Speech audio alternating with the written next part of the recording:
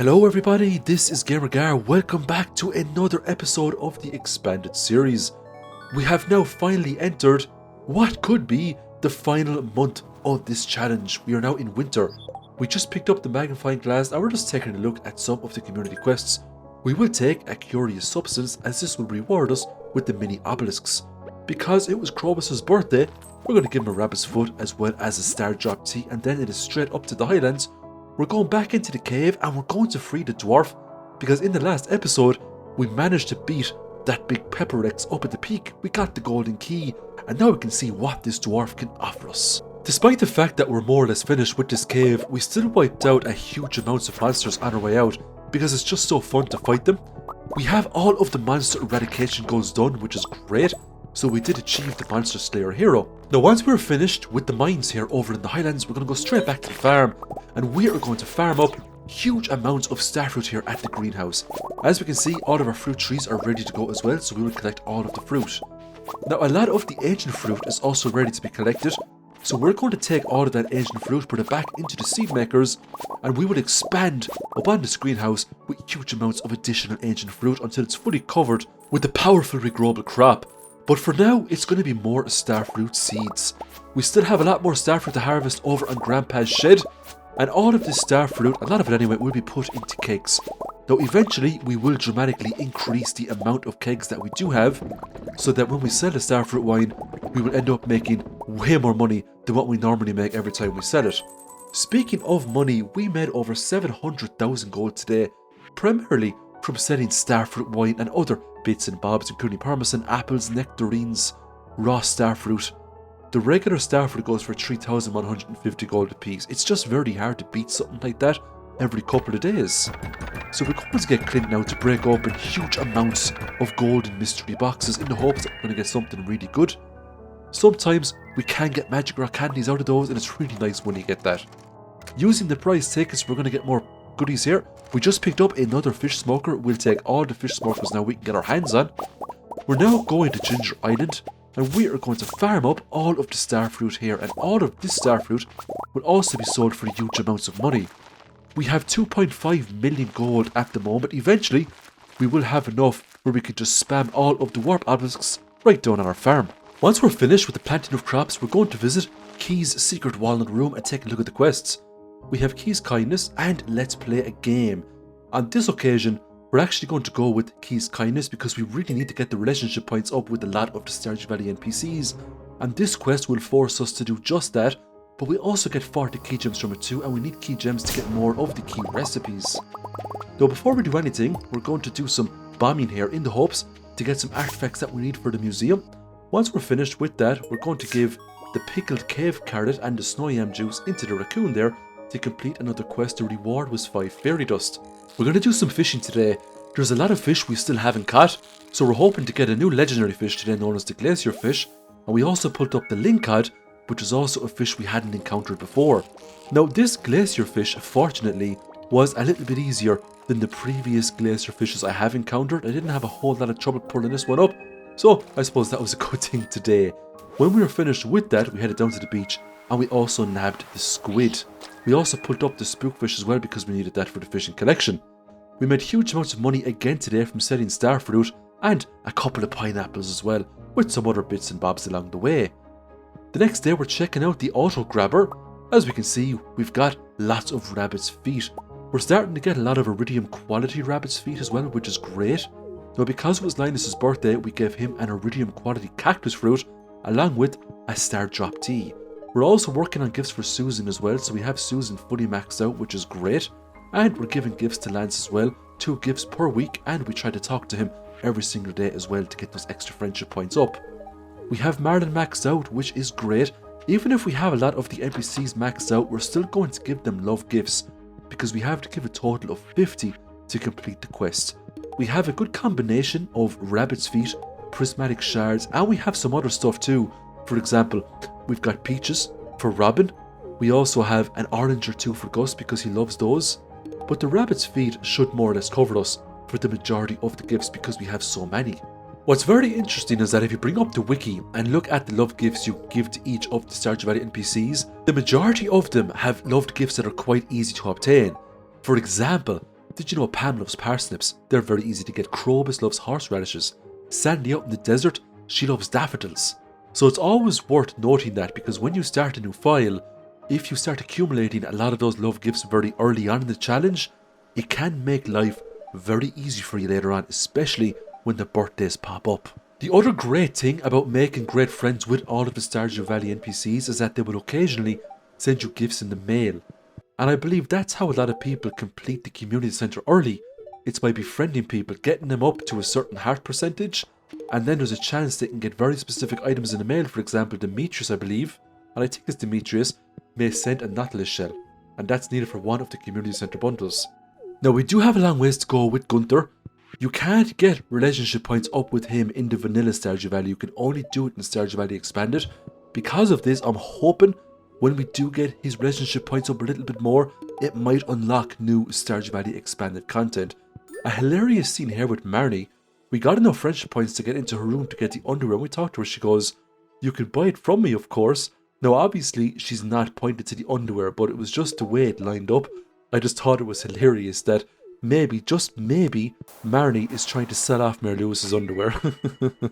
At the end of tonight, we ended up getting the eel and we got the blobfish as well, followed by the midnight squid. And I believe that is more or less all of the vanilla Stardew Valley fish caught. What's left now is primarily just the Stardew Valley expanded fish. Now I'm not too sure where to catch a lot of these, but it's just going to be revisiting a lot of the areas we went to, doing more fishing to see what we can actually hook up. So there's still a ways to go to get all of the fish in the game, but it would be nice to get that done before we get into year number 2. As per usual, because it's Thursday, we're going to get the magic rock candy, and it's back to giving gifts to all of the NPCs again. We're actually very close now to giving a total of 50 gifts, and this quest is much easier now than ever because there's a lot more Stardew Valley NPCs to give gifts to. So we finally got access to Caroline's secret sunroom here, and she has the green leaf inside. She's going to give us a recipe now the next day to learn and craft the tea sapling. And the tea sapling used to be one of the most overpowered things you could craft in the game, especially early on because it used to sell for 500 gold, but alas, Concerned Ape nerfed it to the ground. It's only 250 gold you get now for selling it. So we purchased 2 Galaxy Souls today. We also did a very quick tour into our farm. We're going to pick up all of the cow's milk and the goat's milk, and we're going to convert a lot of that into cheese. We'll sell that then for extra profit. We're also visiting the summit just to get some more forageables here, and then we're going to take a nice stroll into the slime hutch and look at the amount of slime eggs we get to bust open. The amount of slime we got from that was huge. All of the rings and accessories that we just don't need anymore, we're going to sell them off to the Adventurers Guild just to get a few more pieces of gold in the pocket. We're also going to talk to Gil, and because we completed the monster eradication goal for the magma sprites, he's going to give us the telephone number for the Adventurers Guild, so we can now access Marilyn's item recovery service from the telephone. We're now going to upgrade our Galaxy Sword to an Infinity Sword by fusing 3 Galaxy Souls into it, and just dramatically increases the stats, including its attack power. So we now have a real powerful weapon that we can use whether we're going into the Highlands or other very difficult areas. So we went back to the mutant bug lair, we picked up the Snatcher Worm, that's something we didn't get before. We also got the goldfish just north of Sophia's vineyard, and we went back into the Witch's Swamp as well, and we pulled up the swamp crab. But that wasn't the only thing lurking in these waters. What we're about to pull up here, believe it or not, is going to be an alligator, and I thought it was actually hilarious when this thing popped out of the water. Once we were finished with fishing, we went back into the Skull Caverns in the hopes to find carbon ghosts so that they would drop ectoplasm so we could complete the Curious Substance community quest for the wizard. Now, we didn't end up getting the ectoplasm tonight, but hopefully tomorrow will be success for us. The parents have also fixed up a house for Leo, which is great. We can now encounter him wandering around Stardew Valley. We gave Claire a bouquet today. It's time to get serious. We just have to get up to 10 hearts now, pop a rain totem, get the mermaid pendant, and before you know it, we're going to be married to Claire. So we're back in the regular mines today, and the big focus of today is to get that ectoplasm off the ghosts. We did have a monster musk buff on us, so a lot more monsters did spawn in the hopes to find more ghosts to fight, because the more ghosts we encounter, the better chance we're going to grab that ectoplasm. Now, even if we didn't get the ectoplasm, we were still getting huge amounts of valuable resources, such as coal and ores. So we just got the ectoplasm there. We're going to hand that back into the wizard now, for some friendship points and a good quest complete. More importantly, we're now going to get a recipe for the mini obelisks the very next day. If we're going to get perfection, we will need every single recipe the game has to offer. 2500 gold for quest completion as well, which wasn't bad. We finally found the dwarf that we rescued. The dwarf here set up a shop in the Highlands, literally just south of the Highlands headquarter. This dwarf unfortunately only sells decorations. Now for some players, this could be absolutely amazing, but I was hoping for some recipes or, useful items I could use in my adventures. Now in all fairness, you could use a lot of these decorations to make a really cool dwarf looking farm, because he sells all of the mineral nodes, he sells the stones, he even sells the meteors that can crash into your farm, which I thought was pretty cool, but the meteors are quite expensive. I found a new cave in the Highlands. Look at the amount of diamonds in this cave. It was absolutely insane. I had to drop bombs and wipe all these diamonds out, but first I wanted to harvest the diamond flowers. Never seen those before. I also noticed that there was a new type of fish in the water thanks to my visible fish mod. So once I was finished with all these diamonds, it was going to be huge amounts of fishing in the hopes to get lots of whatever that fish was. I also pulled up a huge amounts of cave jellies today as well. So the fish here was called the diamond carp. One diamond carp goes for 1293 gold. That's not bad. If we used the bait maker and if we used the quality bobber, we could make a fair bit of money from those. The next day we get the mini obelisk recipe, which was great. We're now going to go to Mayor Lewis's ticket machine, and we have enough price tickets to get another star drop tea. Now we have been fairly lucky with these, and we have gotten a lot of these from the golden treasure chests, which was great, but we still need a lot more star drop teas if we're going to max out all of the Stardew Valley NPCs. It was Caroline's birthday today. She gets a top quality rabbit's foot as well as a star drop tea, and that puts her right up to 10 out of 10 hearts. It was then off to Clint. We had a lot of golden mystery boxes, and the reason why we're getting so many is because we're fighting so many monsters. You would not believe the amount of monsters that spawn in the Highlands. You have to go there to believe it. Literally hordes upon hordes of monsters just spring up out of the ground at you. It's like a never-ending army of monsters. And when you have things equipped like the burglaring, and you have books of power such as the Monster Compendium, I mean the loot just flies all over the place. So we got a lot more artifacts today that we could donate to Gunther, which was great. We're actually almost there now with all of the artifacts. There's a handful of Stardew Valley expanded artifacts that we need. So we just gave Claire some more star drop teas there, which was great. We're also working on Morris. He's 6 out of 10 hearts at the moment. I have a feeling if we get his friendship up a little bit more, something really nice will happen, because I still haven't gotten the option to unlock the movie theatre. So I'm going to make the assumption now that we need to get friendship points up with Morris for us to make that happen. And hopefully other cool things will happen as well. So we're just roaming around the secret woods here and Cindersap Forest in the hopes to find some new things. I found some bearberries. I went back to the Sprite Spring as well to pick up an unmerciful amount of winter forageables. And once we were finished picking up all of these forageables, it was time to go inside the waterfall and get all of the lovely purple mushrooms and ancient fruit with some other bits and bobs of forageables. It was finally time for the big winter fishing event. Now while we were here, I had a look at the travelling cart to see if there was any recipes, and there was. There was a chocolate truffle bar. Now it did cost 12,000 gold, but we don't have a choice. We need to get it if we want perfection. We won the fishing competition, of course, and we got all of the prizes. The prizes aren't that great, to be fair, but you know what? It's still one of those events where you have to go with Stardew Valley Expanded to get that recipe.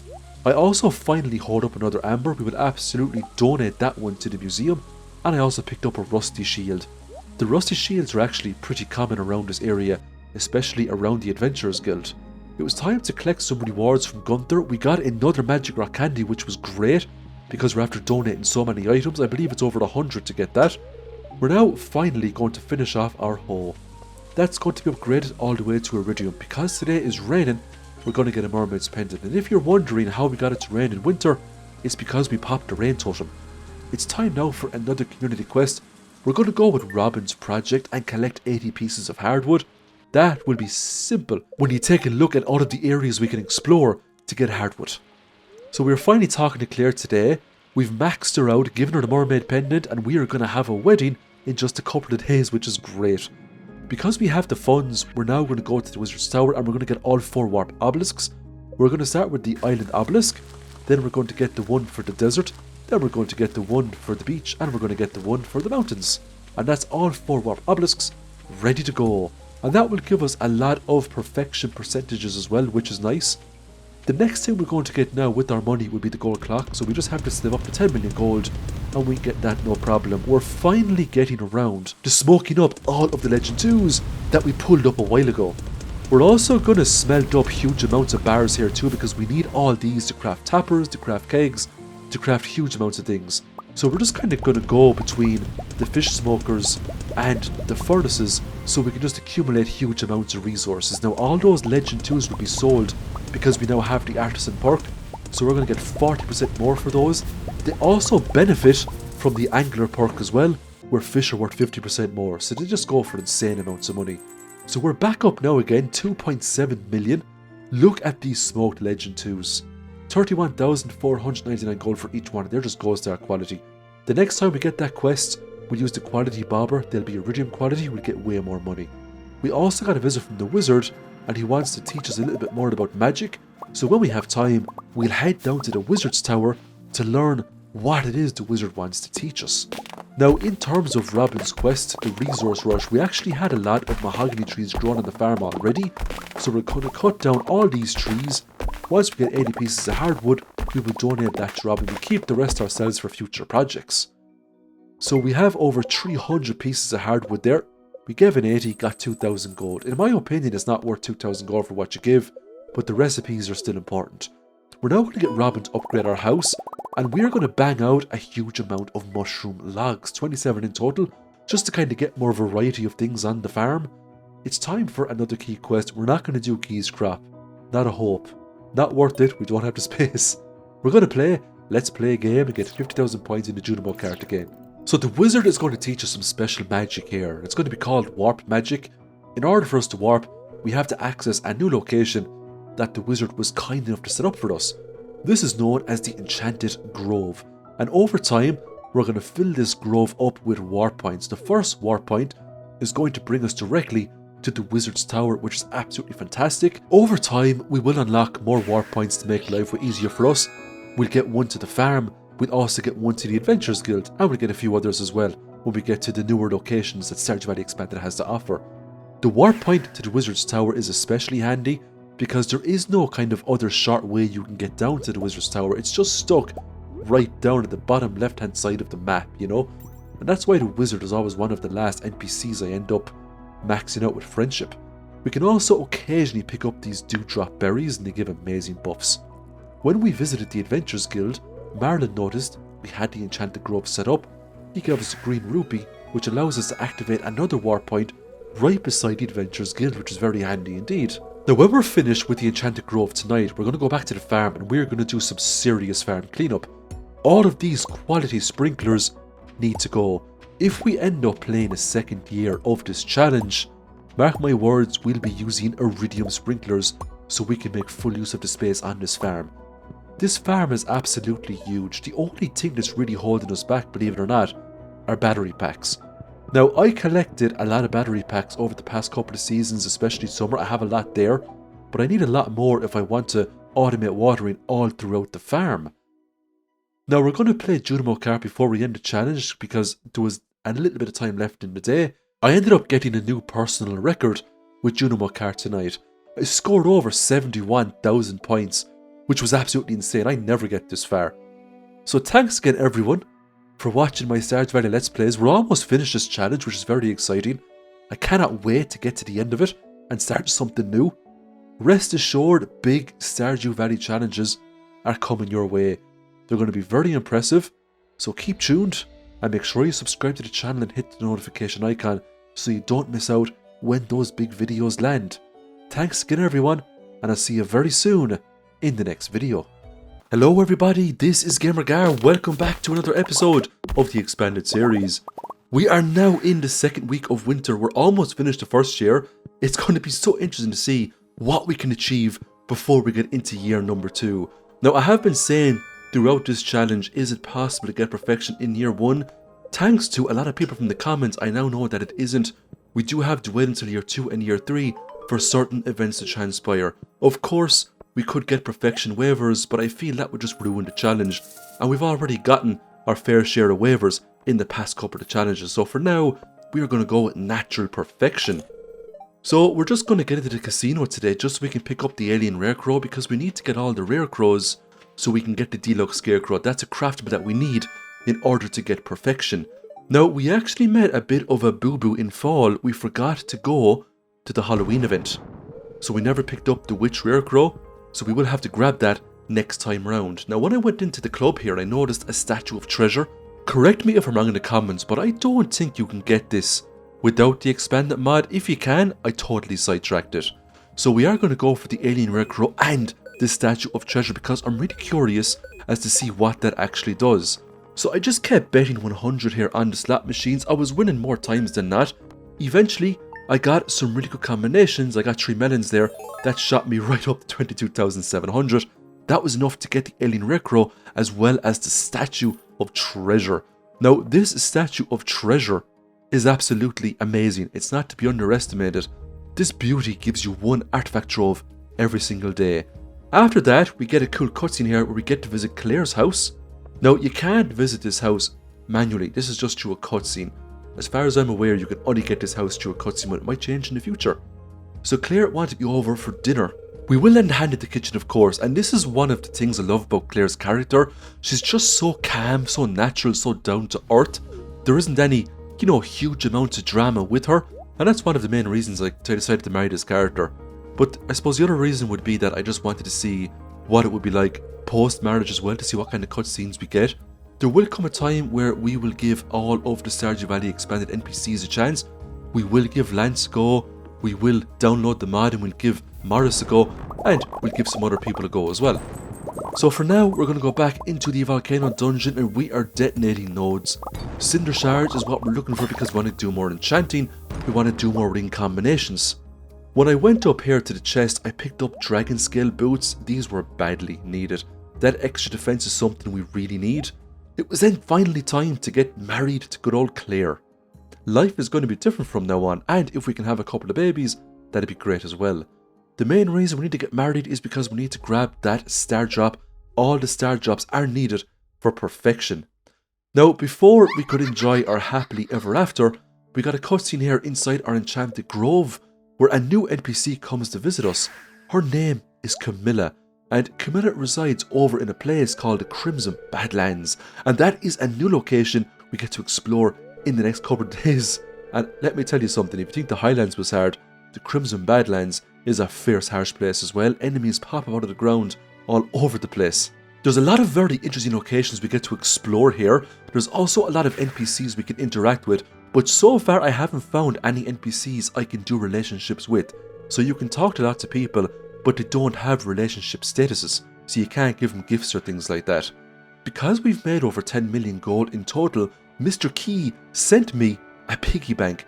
Now, beware, this golden piggy bank will take your money, but you cannot take your money back out. If you can, someone please let me know in the comments, because I spent a good while putting money into it to realise I can't get it back. This reminds me of Hollow Knight, where you find that merchant and you can give her loads of money, and once you give her enough money she disappears. So the game kind of just, teaches you a harsh lesson that way as well. But you know what, I like these kind of random wacky elements. It just kind of changes up the game a bit. It adds a little bit of mischief, and I think a little bit of mischief is good sometimes, Today was Gunther's birthday and we were going to capitalise on this. He gets an iridium quality rabbit's foot. It pushed him right up to 9 out of 10 hearts.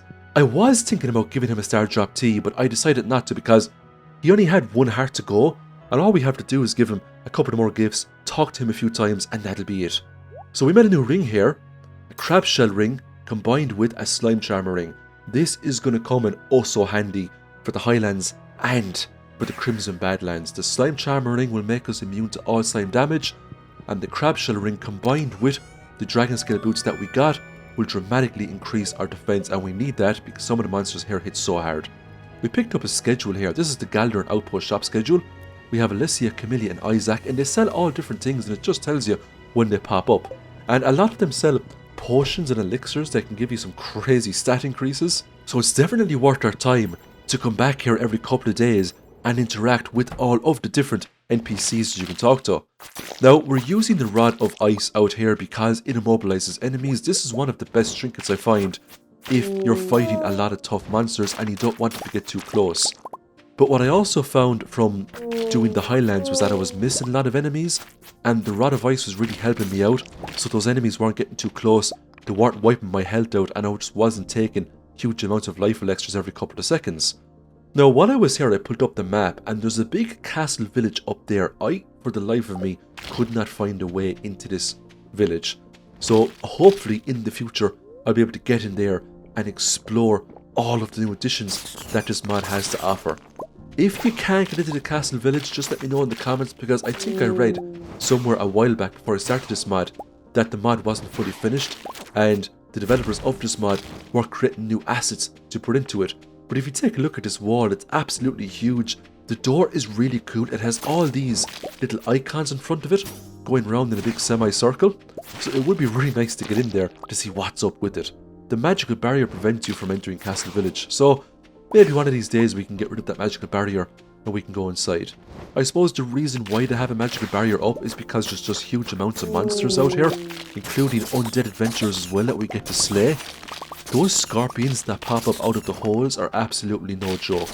They don't have huge amounts of HP, so you can kill them in 1 or 2 strikes, but they hit crazy hard. So I suppose you could just think of them as glass cannons, you know? All of those weapons on the ground, the lava katana, the obsidian edges, the tempered broadswords, you can pick those up and you can sell those. You can even use those as well in combat if you want to. New types of serpents are attacking us out here.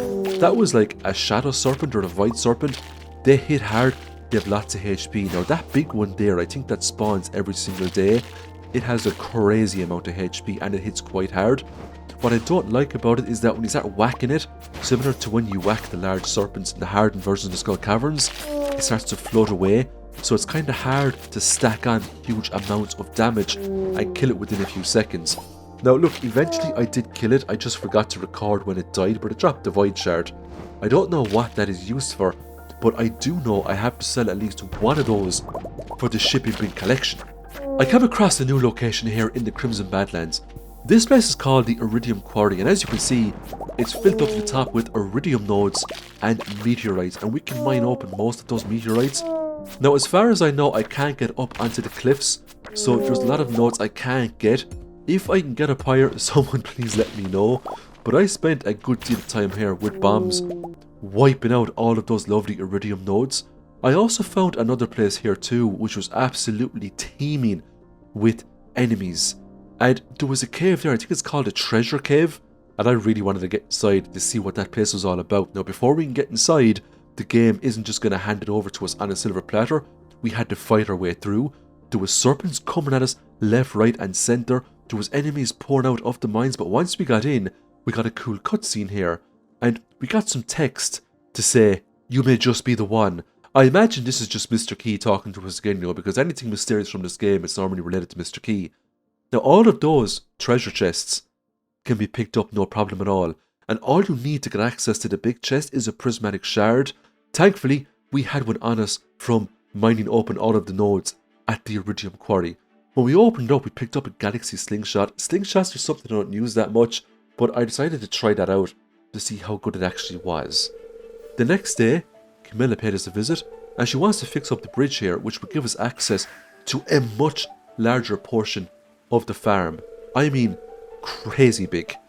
But we need to gather a lot of resources to fix it. Void souls, red slime eggs, monster fruits, swamp essences, snatcher worms, cinder shards, iridium bars.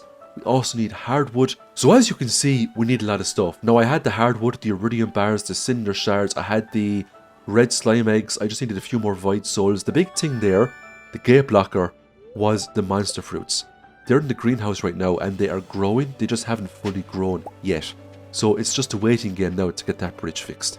And because they're in the greenhouse, there isn't much more we can do to make them grow faster. We do have speed growth put down to dramatically increase the time in which they grow, but we still have to wait a couple of more days for it to happen. So we're going back to the Galderan outpost today and look at all of the goodies this NPC had. A tempered galaxy dagger. I would have picked up that weapon in a heartbeat if it had crit power. or crit damage, but it had none. So even if you crit all the time, it still wouldn't be doing a whole lot of damage to totally eradicate enemies. She sold an undead fish for 4,000 gold, and this got me thinking, can I do some fishing here? There's surely some fishes here that I haven't gotten before. The Galder and Mage boots were quite cool as well, but the Basilisk Paw does the exact same thing, and the boots didn't give any sort of defense, so I didn't get them. There's two types of fish we can get here. The first was a bonefish, which was pretty cool. A ghost quality sells for over 1,000 gold, and the second you could put up was an undead fish. Now, in order for me to get this fish, I had to take a bit of a beating here, and I wasn't going to cancel this fish to fend off the enemies. So once I picked up the undead fish, I got killed myself. The fish took me down with it. But it didn't really matter, I didn't lose a whole lot of stuff when I got killed, and I made a pretty fast recovery. More importantly, that's 2 fish now added to our fishing collection. It was time to get some good old revenge. We do have a very strong weapon with Crusader, so we were doing a lot of bonus damage to all these mummies, and it didn't take us too long to wipe out this giant void serpent. This time I made sure not to hit the pause on the recording, and as we can see, we get another void shard for destroying it, golden mystery boxes, spicy eels, we get huge amounts of void essences, so it's a nice little enemy to farm every single day to get those goodies. So we picked up more void souls, went back to the farm. The mushroom logs are now finally teeming with forageables that we collect. So we're going to get lots of different types of mushrooms, and all of these mushrooms can be sold for some pretty nice money. It was Harvey's birthday today. My good friend Harvey gets a gold star rabbit's foot. That puts him right up to 8 out of 8 hearts, which was great. That was Harvey fully maxed out. Getting more rusty shields today from artifact spots. I also visited Lands, and I'm giving him 3 out of the 4 crops that he needed. Still waiting for the monster fruit to fully grow. It was now time to give Mortis more gifts. We got Mortis up to 8 out of 10 hearts. Hopefully this will activate some more cutscenes with Mortis. We're now planting a huge assortment of different trees. So we've got some birch seeds we put in the ground there, because once we tap those we're going to get back some resources. I planted some fir trees as well because we need to tap those too to get back fur wax, I think you get. We're now going to donate some items here for the raccoon bundle. We're going to give in a spoon and some geodes. We get back the jungle tank, and the raccoon shop has been expanded. We're doing more foraging today, and as we can see I put down some nice flooring to protect all of the tree seeds I planted. Because we got Morris' relationship points up even more, he wanted to tell me about new Georgia development projects. He also wanted to tell me that he wants to turn over a new leaf, and he really wants to help the growth of Pelican Down. Morris is now a completely new person. So we're going to give Morris 500,000 gold, and that is going to install the movie theatre into Stardew Valley. That's going to make it a lot easier for us now to get friendship points up. It was time for the new community quest. We're going to take the biome balance because it's way easier now to pull up huge amounts of lakefish than it is to target down perches individually. And the biome balance won't take us long to do because we can just use challenge bait and we can put up 2 or 3 fish every single time. So we gave Gus an orange. We also gave him a refined quartz as part of a help wanted quest to get more friendship points with Gus. And we're now going to finish off the biome balance today using challenge bait. And challenge bait is great for quests like this because if you get a perfect catch, you're always going to get 3 of the same fish. And I always recommend to use 2 carp bobbers if you're using the challenge bait to make your fishing bar that little bit bigger. So Morris and the lads have now put in a movie theatre, which is great. I had a look at the key quests today. We had the 4 precious stones and the hungry challenge. We'll take the 4 precious stones because it awards more key gems. So Morris wants to permanently move to Stardew Valley, but he needs us to help gather some resources. So we need to go now and get some iron bars, 60 in total, so Morris can build his house. Thankfully, I have hundreds of iron bars just sitting around in a chest, so it didn't take us too long to complete the townhouse project and get huge amounts of money off Morris. We got 60,000 gold, which was great. We're now going to visit Robin here. We're going to purchase all the recipes she has, and we're going to fully upgrade Pan's caravan into a thriving home for her and Penny. We're also going to do some upgrades to our own house as well, and we're going to add some additional rooms. This way, we can fill it up with artisan machines so we don't have to build more sheds. We're going to bring Sandy to the cinema because we really want to get more friendship points with her. We're also going to give her the rabbit's foot while we're here as well.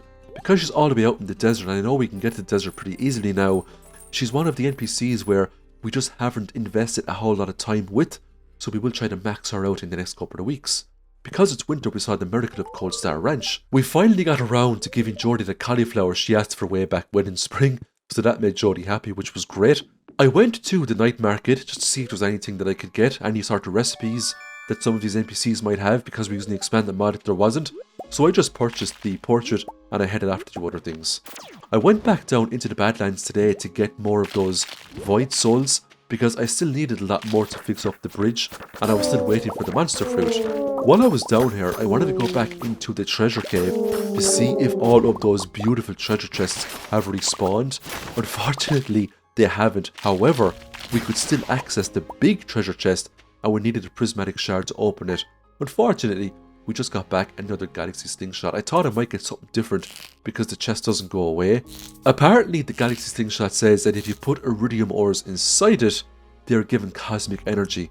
Now, just so you know, I did put some ores in it. I started fighting enemies with it and it was just doing terrible damage. Terrible damage. So I don't see how that slingshot is any bit good. But if I'm using it wrong, let me know in the comments, because when it comes to slingshots, I'm a total noob. Clint is breaking open more golden mystery boxes, and we finally built up Morris's house. Look what Morris has inside his house, a Super Georgia Cola machine, and all we need to get a Super Georgia Cola is a broken CD. Now let me show you why Georgia is superior to everything else. One Super Georgia Cola gives you 2 luck, 50 magnetism and 2 speed. That is going to override the use of triple shot espressos, and look how long it lasts for. 18 in-game minutes and 40 seconds. That's almost a whole day, which is absolutely insane. So I have huge amounts of broken CDs back on the farm. I'm going to come back there later and get stupid amounts of Super Georgia Colas. I mean, what a perk, you know, to get Morris's relationship points up. So we're back on the farm and we're just harvesting starfruit, turning most of it into starfruit wine so we can sell it to get more money. We went to the night market after doing some farm management to get the Solar Kingdom painting. We're now going to Ginger Island and we're just harvesting all of the starfruit here as well. And once all of the starfruit has been harvested, we're just going to put back down more starfruit seeds. So it's just the usual rinse and repeat there with the starfruit. Now we're going to make some dehydrators. Reason being, it only takes 1 day for the dehydrator to convert all of your lovely starfruit into dried starfruit. We also made over 500,000 gold today too from selling starfruit wine. The next day I decided to do a big Skull Cavern run because we had the key quest for precious stones, and that was the first of many prismatic shards we're going to get today. So we spammed the staircases, hit all the treasure floors, got down to floor 100. Because we had the magnifying glass, we got the secret note to tell us to come to floor 100. So we picked up the iridium snake milk, and that increased our health by 25, which was great. We now have enough rain totems to make it rain for the whole month if we want to, which I thought was hilarious. Picking up more crystallariums is always a blessing for us. The more crystallariums we get, the more jades we can put into it, the more staircases we can amass. Now we ended up doing a pretty good run today. We got lots of prismatic shards, we got lots of iridium ores, we can turn those into iridium bars. If we want to sell bars for huge amounts of money, we can do so. We will keep a lot of the bars though, so we can make lots of craftables later on, including iridium sprinklers. Because we had the 4 precious stones complete, let's just take a look at the rest of the stuff we got. Over 746 iridium ores, 3 crystallariums. We got some battery packs, rubies, cloth, other bits and bobs. It was a nice run. Once that quest was complete, it put us up to 76 key gems. We're now going to go ahead and we're going to get the hopper recipe for 50 and the deluxe fertilizer for 20. Just a few more key recipes to go, and then we can spend the rest of our money on pressure nozzles and things like that to make even more money. So I set up a little area here on our farm for dehydrators, and any excess starfruit we now have we can put into the dehydrators to make even more money. It's just better than selling the starfruit raw. Eventually I will come around to making more kegs because kegs are still the best way to go, but the dehydrators still have their place when it comes to making huge amounts of money very quickly. Because the kegs take a good few days, the dehydrator just takes a day. The slime hutch is such an underestimated passive moneymaker. Look at all of the slime I got there from the slime balls. All that slime can go into the slime egg presses to get back slime eggs, and they sell for huge amounts of money, especially if you get the red ones or the purple ones. We're going to make some butter churners now today, and this is exclusive to Stardew Valley Expanded. We're going to put a lot of our milk into those to get butter. And butter is something we need to craft a lot of recipes. We also need to sell some butter as well for the shipping bin collection. So we're now going to go ahead and we're going to put all that milk to use. So the henchman is going to help us out here, and he's going to give us a new recipe. It's called the marsh tonic. I actually haven't made or used the marsh tonic yet, so I don't know what it actually does. But look, it's an extra thing that we needed for perfection, so thanks very much, Mr. Henchman. And that's not the only thing the henchman is going to give us. Eventually, he will unlock a new zone behind his hut, and that's going to give us access to some really cool statues. So the marsh tonic has now been added to our repertoire of things we can craft. So we're going to pour some Stardew teas into the henchman to get his relationship points up even more, because after playing Stardew Valley Expanded for so long, I have now come to the realization that I need to max out all of the expanded characters as quickly as possible. 767,000 gold today, thanks to a combination of starfruit wine and dried starfruit. So we're just giving Claire more gifts now today in the hopes that she will soon enough give us that star drop that we so badly want. When we went outside of the house, it was time to collect all of these hard-earned iridium bars. We got well over 140 of them there, which was great. I then went back to Mars's house and I traded in lots of Georgia CDs to get huge amounts of Super Georgia Colas. Then it's back to Clinton to break open huge amounts of artifact troves.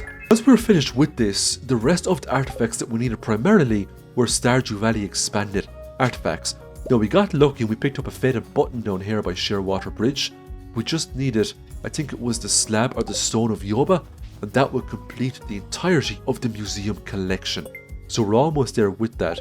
And for us to get that stone or slab of Yoba, we can do some hoeing around the farm, up in the mountain area, around the Adventurers Guild, or in the mines. So yes, I did pull up the wiki because I really wanted to complete the museum by year number 1.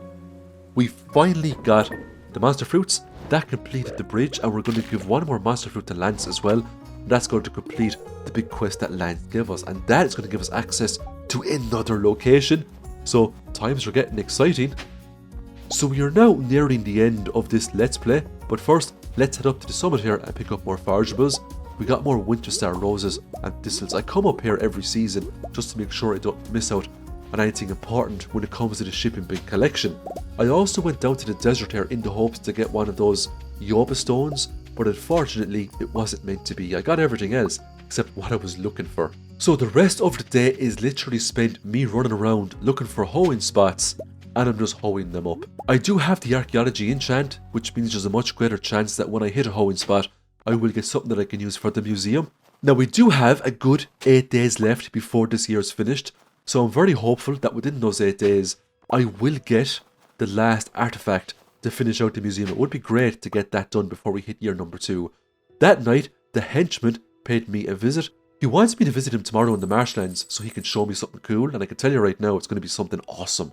We made over 1 million gold today, and that is the end of another Stardew Valley Let's Play. There's one episode to go before we finish out the first year, so I'm very excited.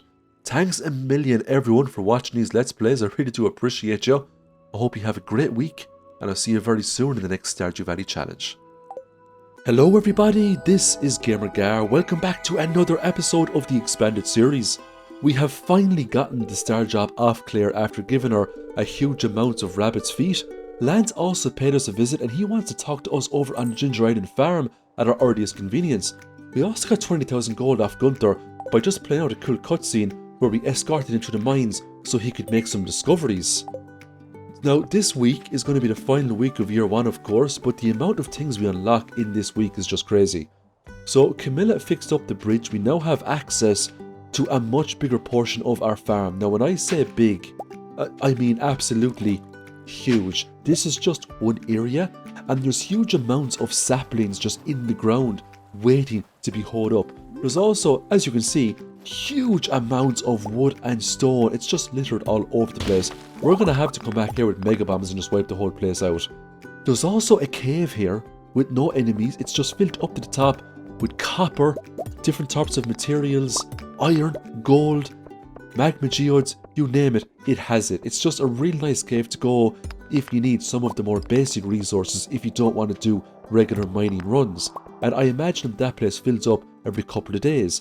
The mine carts also extend out to this farm as well. So you've got the ravine, you've got the grasslands, you've got the beach, you've got the main portion. It's just an absolutely gigantic farm. and we can fill up this whole place with crops if we wanted to. Now, why you'd want to fill up this whole place with crops, I don't know, because it's just too big. We don't need all this space, you know? At the end of the day, once you make that 10 million gold, everything else is just kind of decorations once you get the gold clock and the warp totems. Now, we just picked up a tree coin. You plant this in the ground like any other sapling. It takes 28 days to grow, but this will actually grow into a tree the same as the one we have beside the greenhouse. It grows into a money tree and it generates money bags. So Lance is talking to us about the first / guild, and Lance wants us to go with him to this new location. So we're just going to open up a little warp room here, and we're going to teleport off to a new place over in the Gem Sea. Now this place is really cool. It's basically an island with a big guild house in the center, and there's lots of different fish we can capture here as well.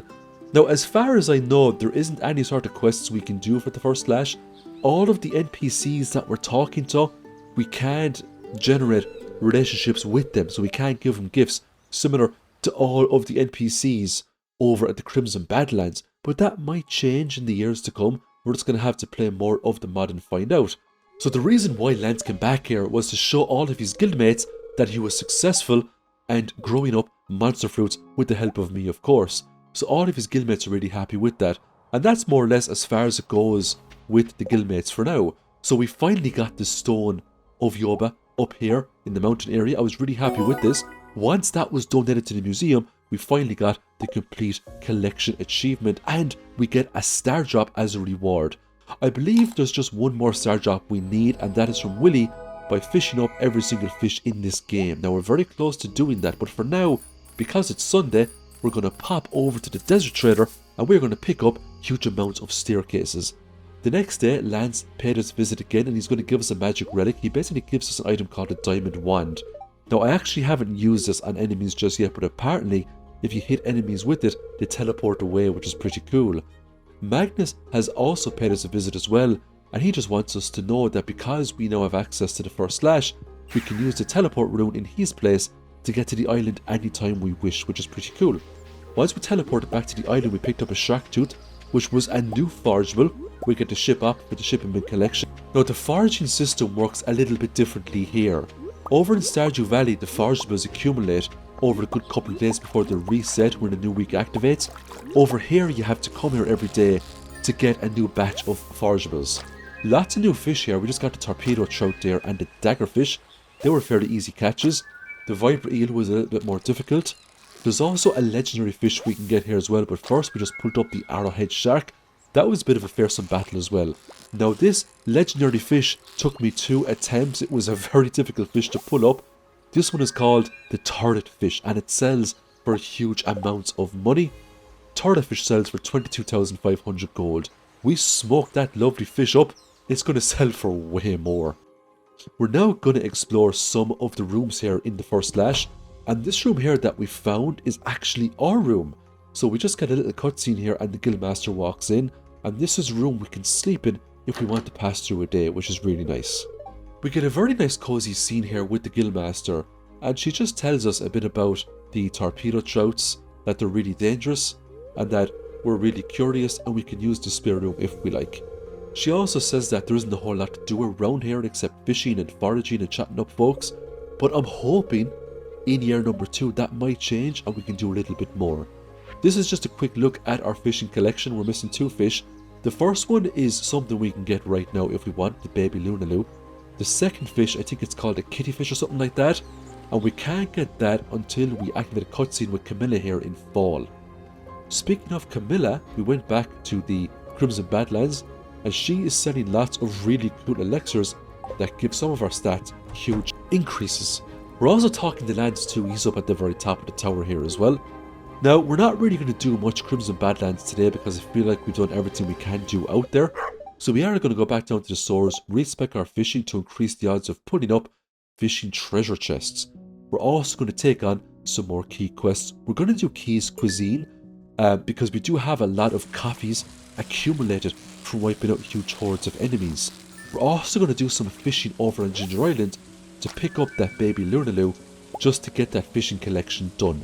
It's just one more fish that we need now. Unfortunately, we will have to wait until year number 2 before we can get our hands on that one. So we're going to purchase some extra coffees here from Gus. We are going to turn all of our coffees into triple shot espressos, and then we're just going to sell those, and we should make well over 100,000 gold from these, and that will be another key quest completed. Hopefully the key gems we get from completing that quest will be enough to get the last recipe that we need. So as we can see, we're going to make well over 200,000 gold from all of those triple shot espressos. It's a nice bit of money in the kitty for us. The next day starts with the collection of lots of purple mushrooms. The reason why you're seeing so many purple mushrooms is because all of these mushroom logs are in very close proximity to mystic trees. And we also have all of our mystic trees tapped as well, so very soon now we will get some mystic syrups. The mystic syrup sells for real nice money, but we also need it to make a few craftables as well. So we're going to get Robin now to do another farm construction for us. We have a choice of between our regular farm and the Ferngul Republic Frontier. We're going to leave the Republic Frontier alone because it's just so big right now, and we still have huge amounts of space on our regular farm. So we're just going to go with a shed, and then we'll upgrade that to a big shed.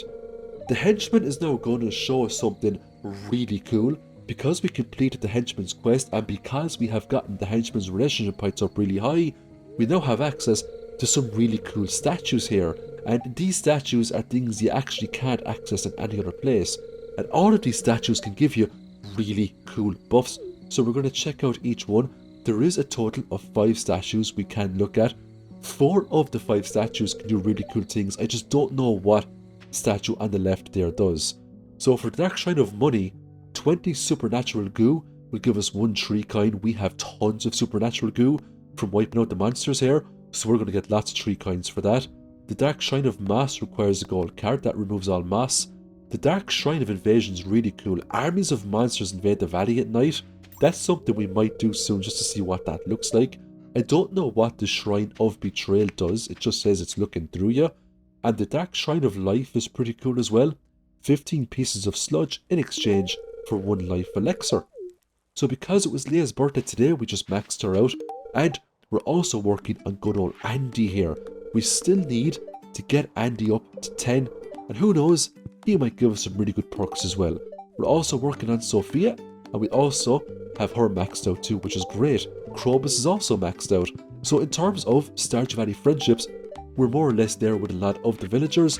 There's just a handful now that we need to put some more work on. And because we have access to the movie theatre, it just makes it a little bit easier to get those few friendship hearts. So we got another Magic Rock candy as well as a Star Drop tea today from our Lewis's ticket machine. They will be put to great use. Now because it's the last week of winter, we can actually make full use of Caroline's sunroom. Every single day during the last week you can get a tea leaf. So we can sell one of them, turn one into a green tea and sell that. We picked up some birch water today. That is needed to craft a lot of things in this game. We're also collecting some butter as well that we need to sell off for the shipping bin collection, and we're going to keep some other pieces of butter as well for some crafting recipes. We're now going over to Ginger Island. Lots of NPCs over here, including Gus. We need to talk to Gus to get his exclusive curry recipe. Gus also sells a gold star wine, so if you're struggling with the forgotten bundle or the missing bundle and you need a gold star wine, you can get it right here from good old Gus for 5,000 gold, the gold star mango wine. The tropical curry is something that's always nice to get, especially in year 1 if you're striving for perfection. So take my advice, I know I say it all the time, I feel like a broken record player now. If you see Gus there in Ginger Island, get the recipe because you don't know the next time that he's going to show up. So we're back down to 11 key gems. We still have 1 recipe to go for that. We're now going to visit the dwarf on level number 5 in the volcano dungeon. We're going to purchase the ginger ale as well as the warp totem. We're then going to go back to Krobus and we're just going to see what he has. He has Avoid the Light. This is something again that you get with the Stardew Valley Expanded mod, so we're going to pick that up. And then we're going to talk to Marcelo to see what he has. And he has the price catalogue. We don't really need it because we're using the UI Info Suite mod, but just for the sake of the collections, I picked it up. For the Feast of the Winter Star, we were Harvey's secret gift giver, so we just gave him a present there. We got Haley, she gave us a pink cake, thanks very much Haley. Claire finally asked the golden question, should we have a baby? Absolutely, the more babies the better. It was time to grab some mystic syrups out of these tappers. We're going to sell the great majority of these, I will keep a few as well for crafting recipes. We definitely need one to craft one of those treasure totems. I also paid Pierre a visit. He had a recipe here called the birch syrup. I picked it up straight away. We do have to pick up all these recipes if we want perfection. There's no other way around it, you know? Our auto grabbers are doing some great work. I picked up huge amounts of helpful items today, including high quality rabbit's feet. I'm going to get some mini fridges and a workbench off Robin. It just means crafting all of the recipes and the craftables in the game way easier. We're now going to use a combination of mega bombs. We're going to run around the big farm here that we have unlocked, and we're just going to start detonating things. I don't know if there's any sort of areas you can access from this farm. If they are, let me know in the comments. This farm is just gigantic. Now, I spent a great deal of time today cutting down trees to get wood, because if I'm going to craft every single item in the game, I know for a fact I'm going to need huge amounts of regular wood, hardwood and stone, because they are the foundation of a lot of things you have to build in this game. There was also monsters popping up on the farm as well. Thankfully, my rod of ice were immobilizing them before they can get anywhere close to me. Despite the fact that I had Sophia maxed out, I forgot I had her maxed out, so I gave her a birthday gift, so now she's definitely maxed out. We're just giving more stuff to Andy here as well, and I just love Andy. I love the fact that there's just no BS about him. He tells you that he struggles, he's a real hard worker, he's just one of those gritty farmers, you know, and he doesn't hide it. All he does is get up every day, works really hard, and he goes to Georgia because he can't afford to buy stuff at Pierre's. I just really like Andy. So we're playing the minigame today in the movie theatre. We're going to get some nice decorations for the farm. Those deluxe trees are always really nice to get. And we'll get some Junimo plushies as well. When we're finished with that, we're going to watch The Miracle of Coastal Ranch again with good old Andy. Now, Andy loved the movie, but he didn't like his Georgia corn, and I thought he'd surely be a fan of that. I was going to open up the wiki and look to see what his loved gifts were for the cinema suites, but I didn't. I went with my gut, but my gut was wrong. Jody is also maxed out, which is great. We're giving more stuff here to Vincent too, and he's almost maxed out. I don't think I'm going to max out everyone in the first year, but I should definitely have everyone maxed out by January in year number 2. While I'm on that point, please let me know in the comments if you want to see a year 2, or if we should just leave it at year 1, and this is the best that we did. I don't know if Stardew Valley Expanded has more content, because we have unlocked the Highlands, we have unlocked the Crimson Badlands, and we have unlocked, you know, huge amounts of land all around our farm. But let me know in the comments if there is more the Stardew Valley Expanded mod will offer. So we're now down into the basement here. We got rid of all the casks and we're just filling it up with huge amounts of kegs. And all these kegs will be filled up with lovely starfruit. On the ground floor of our farmhouse, we also put down a lot of kegs because we had the space to do so. And we have lots of fish smokers put down there as well. So it's going to be very easy now in the next week or two to get the 10 million gold needed to get the gold clock. When that has been achieved, all that's left will be pulling up the fish, maximizing friendship, and crafting all the recipes and the craftable machines. That's more or less it from what I can see, and before we know it, we'll have perfection. So we're going to put down lots of tree seeds today to make lots of money trees. I cannot wait to see all of these money trees in action. It's going to be so cool. Merlewis paid us a visit the next day.